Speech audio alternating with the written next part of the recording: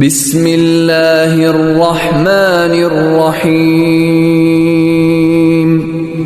السلام علیکم پیارے دوستو، آج کا واقعہ ہے ایک بچے کے ایمان کی آزمائش۔ پہلے زمانے میں ایک بادشاہ تھا، اس کے ہاں ایک جادوگر تھا۔ جب جادوگر بوڑھا ہوا تو اس نے بادشاہ سے کہا کہ میں اب بوڑھا ہو گیا ہوں، میری موت کا وقت قریب آ رہا ہے، مجھے کوئی بچہ دو جسے میں جادو سکھا سکوں۔ چنانچہ ایک ذہین لڑکے کو وہ تعلیم دینے لگا۔ لڑکا اس کے ہاں جاتا تو راستے میں ایک راہب کا گھر پڑتا، جہاں وہ عبادت میں مشغول ہوتا۔ یہ بھی کھڑا ہو جاتا اور اس کے طریقہ عبادت کو دیکھتا، سنتا اور آتے جاتے یہاں رک جایا کرتا تھا۔ جادوگر بھی مارتا اور باپ بھی، کیونکہ وہاں وہ دیر سے پہنچتا، یہاں بھی دیر سے آتا۔ ایک دن بچے نے راہب کے سامنے یہ شکایت پیش کی۔ راہب نے کہا، جب جادوگر تم سے پوچھے کہ یہاں کیوں دیر سے آئے ہو تو کہنا کہ گھر والوں نے روک لیا تھا، گھر والے بگڑے تو کہنا کہ جادوگر نے روک لیا تھا۔ یوں ہی ایک زمانہ گزر گیا، ایک طرف تو وہ جادو سکھاتا تھا اور دوسری طرف کلام اللہ اور دین اللہ سکھاتا تھا۔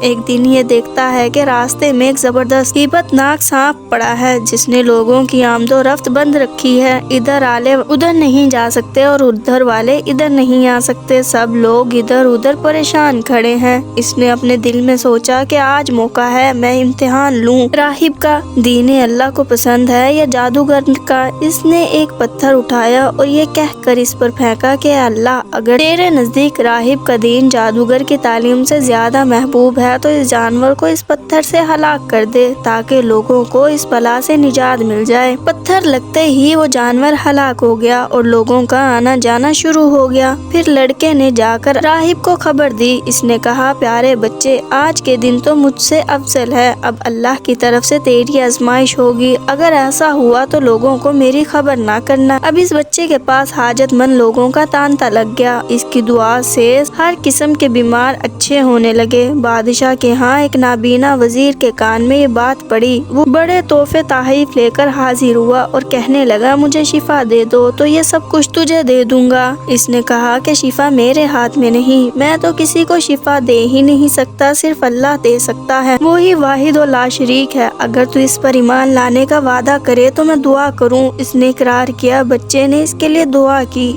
اللہ نے اسے شفا دے دی۔ وہ بادشاہ کے دربار میں آیا اور جس طرح اندھا ہونے سے پہلے کام کرتا تھا اسی طرح کام کرنے لگا، اس کی آنکھیں بالکل ٹھیک ہو گئی تھی۔ بادشاہ نے متعجب ہو کر پوچھا، تجھے آنکھیں کس نے دی؟ اس نے کہا، میرے رب نے۔ بادشاہ نے کہا، ہاں یعنی میں نے؟ وزیر نے کہا، نہیں نہیں، میرا اور تیرا رب صرف اللہ ہے۔ اب بادشاہ نے اس کی مار پیٹ شروع کر دی اور طرح طرح کی تکلیفیں دی۔ پوچھنے لگا، تجھے یہ تعلیم کس نے دی؟ آخر اس نے بتایا کہ میں نے اس بچے کے ہاتھ میں اسلام قبول کیا ہے۔ اس نے اسے بلایا اور کہا کہ اب تم جادو میں کامل ہو گئے ہو، اندھوں کو دیکھتا ہو تو ٹھیک ہو جاتے ہیں، بیماروں کو تندرست کرنے لگے ہو۔ اس نے کہا، غلط ہے، میں کسی کو شفا نہیں دے سکتا ہوں، نہ جادوگر ہوں، شفا اللہ کے ہاتھ میں ہے۔ وہ کہنے لگا، اللہ تو میں ہی ہوں۔ اس نے کہا، ہرگز نہیں۔ بادشاہ نے کہا، پھر تو میرے سوا کسی اور کو رب مانتا ہے؟ تو اس نے کہا کہ میرا اور تیرا رب اور وہ صرف اللہ ہے۔ اس نے اب اس بچے کو طرح طرح کی سزائیں دینا شروع کر دی، یہاں تک کہ راہب کا پتہ لگایا اور راہب کو بلا کر کہا کہ اسلام کو چھوڑ دو۔ اس نے انکار کیا تو بادشاہ نے اسے آرے سے چروا دیا۔ پھر اس نوجوان نے کہا کہ تو بھی دین اسلام سے پھر جا۔ اس نے بھی انکار کیا تو بادشاہ نے اپنے سپاہیوں کو حکم دیا کہ اسے فلاں پہاڑ کی چوٹی پر لے جاؤ اور وہاں